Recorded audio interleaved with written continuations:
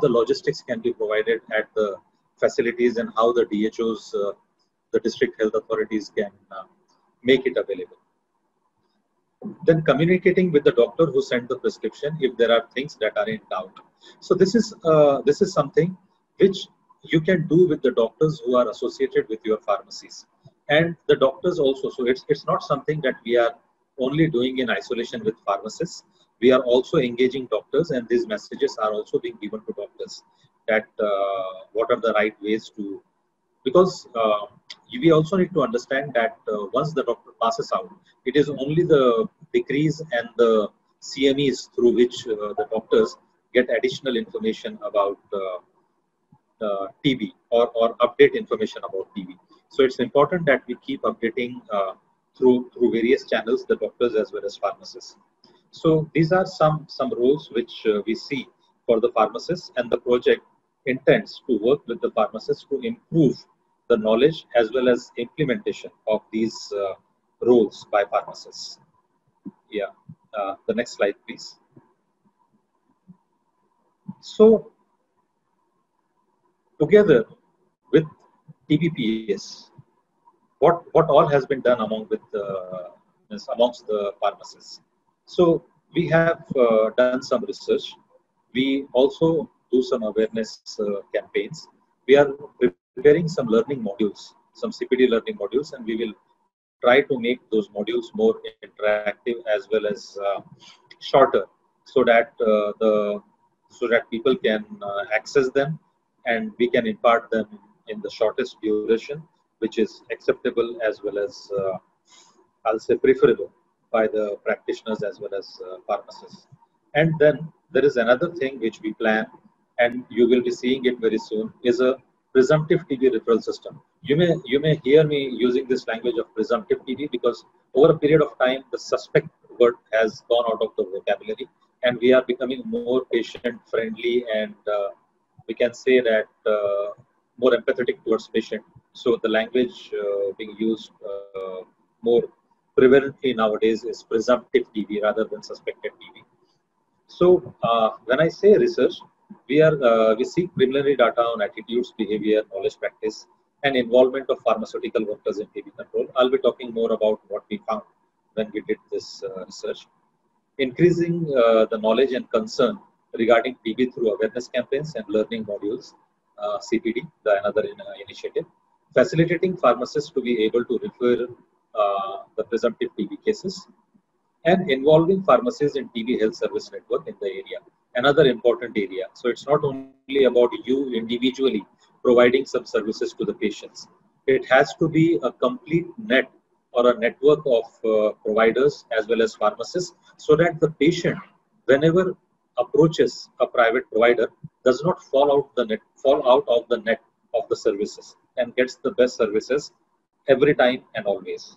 Based on the results of a survey that has been conducted, I would like to give you some insights that how your fellow colleagues and your peers look at the initiative, and what did we find about the knowledge and practices and attitude of your fellow colleagues in Indonesia. Next slide, please. So the first interpretation out of the study was that there is a need to increase awareness and knowledge of pharmaceutical workers about TB. Why do we say that? Because only 38% of the respondents out of 418 respondents who were part of this digital survey, which we conducted through SwipeRx application between December 19 and January 20. So what we found that only 38%, that is, I'll say how much it is, 40% is 2 in 5. So only 2 in 5 were able to answer correctly about TB when the questions were asked, and then only 2 in 3 reported. So when I say reported that they were worried and afraid when interacting with TB patients, there are two things in it.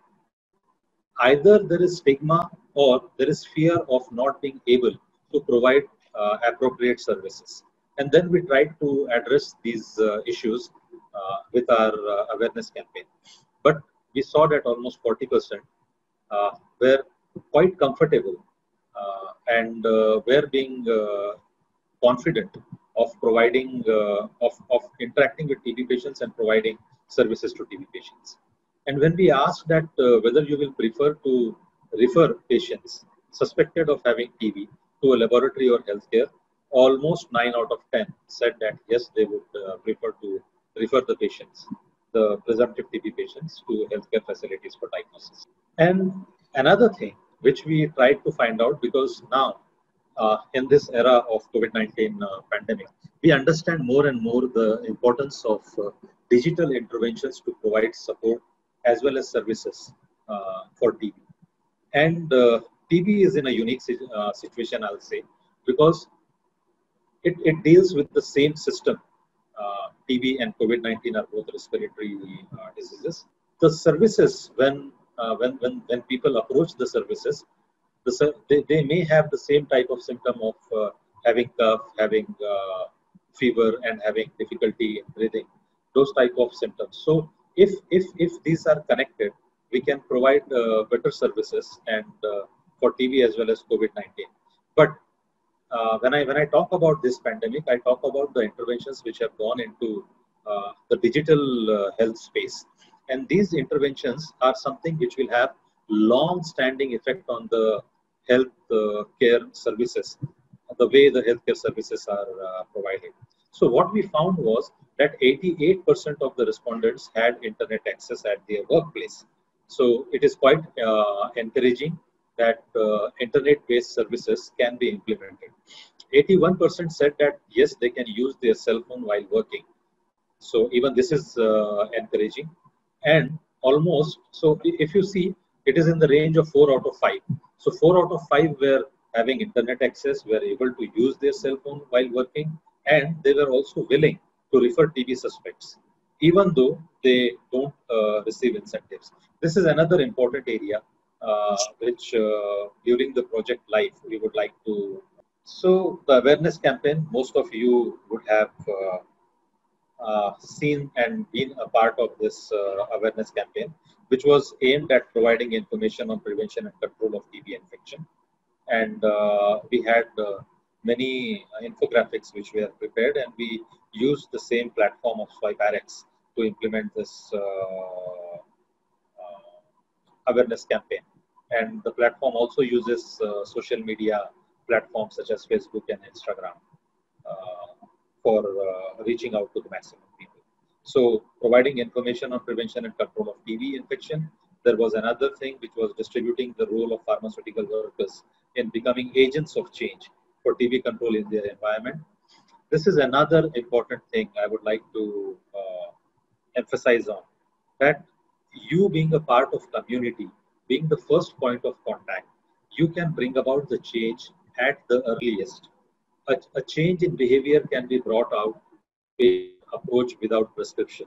When the patient do not suspect themselves of having TB, when the patients don't want to take some of the prescribed medicine, thinking that okay, they can do without this TB medicine and they can do with only 3 out of 4 medicine. So these type of behavioral change can be brought about by pharmacists quite easily in the community.